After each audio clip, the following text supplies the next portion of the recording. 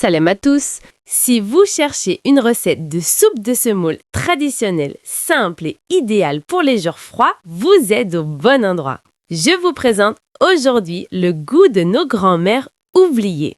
C'est une chorba facile, économique, saine et surtout pleine de saveurs. On commence tout de suite. Pour commencer, on va prendre 4 à 5 belles tomates bien mûres et bien rouges. Car croyez-moi les amis, c'est ça le vrai secret d'une bonne soupe. On va ensuite retirer la peau de nos tomates. C'est l'astuce pour avoir une sauce super lisse.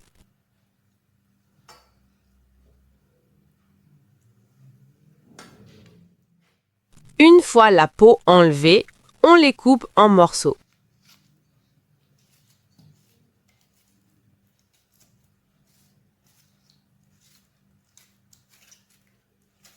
Maintenant, on met tous ces morceaux dans une casserole et on ajoute un bon verre d'eau.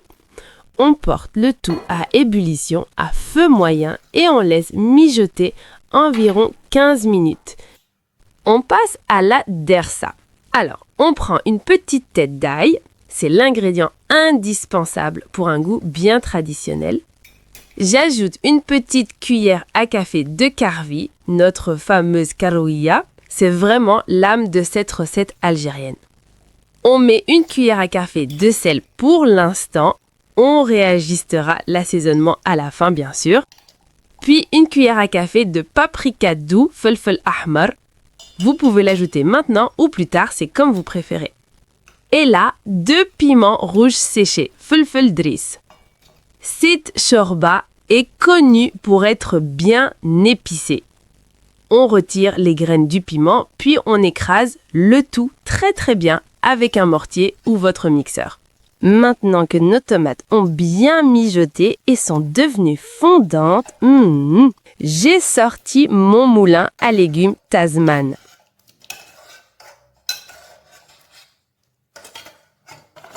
Et je commence par écraser mes tomates. Qui utilise encore ce trésor dans sa cuisine? Oui, ça demande un peu de travail, mais regardez, ça nous donne une texture parfaite, bien traditionnelle. Ensuite, les amis, on prend une belle botte de coriandre fraîche. On la coupe très finement, exactement comme nos grands-mères le faisaient à l'époque.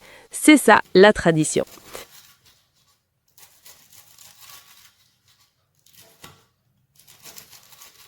J'ai aussi un piment fort confit. Maintenant, on passe à la cuisson. On prend une marmite et on met 3 cuillères à soupe d'huile. De préférence, les filles, utilisez de l'huile d'olive.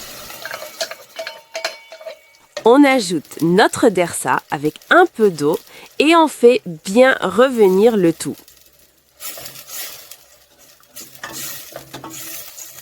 Cette soupe adore la dersa car toute la saveur, tout le goût de cette soupe, c'est le mélange parfait de l'ail, le piment driss et la tomate.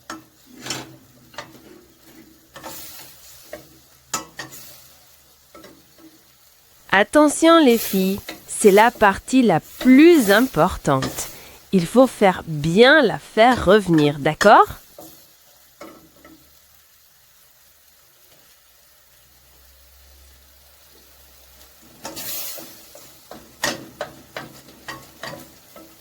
Ensuite, on va ajouter notre purée de tomates qu'on a mixée. Les parfums ont commencé à envahir ma cuisine.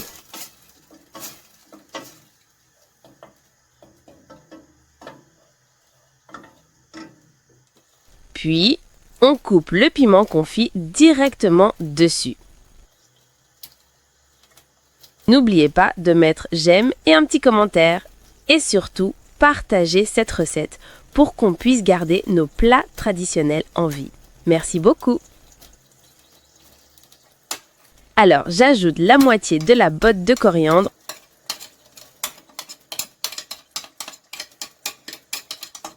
Je garderai l'autre moitié pour la fin. On mélange bien et on laisse mijoter à feu doux pendant environ 15 minutes pour que toutes les saveurs se marient.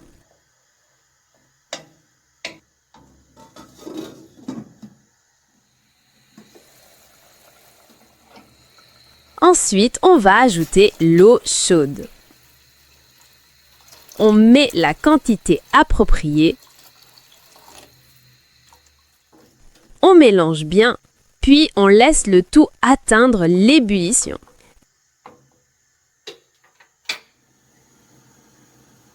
Dès que ça bout, on ajoute environ une tasse de semoule grosse. C'est comme ça, Zman, qu'elle l'a préparée, uniquement avec de la semoule. Ce n'est qu'après qu'elle a été faite avec de la semoule d'orge chicha. Mais moi, je vous donne l'original et à vous de choisir.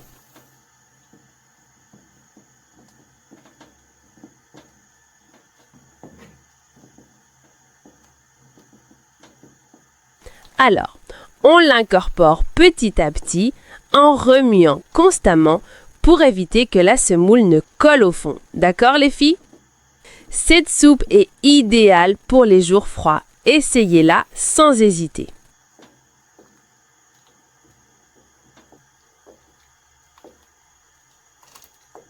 Puis, on laisse la semoule cuire doucement à feu doux.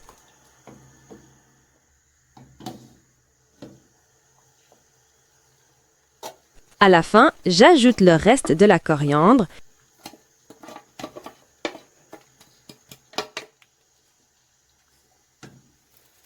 Puis j'ajoute juste un peu de menthe séchée.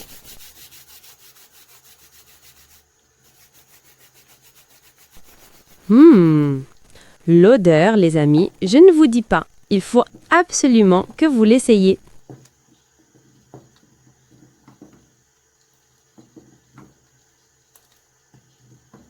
Je mélange, je rectifie l'assaisonnement avec le sel et le karvi.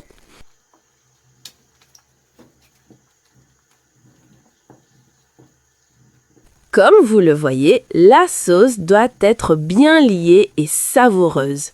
C'est très important, mes amis, pour qu'elle soit très délicieuse et qu'elle ait ce goût du passé.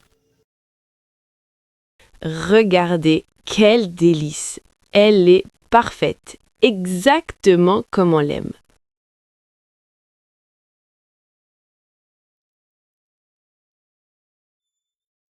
On rajoute par-dessus la menthe séchée.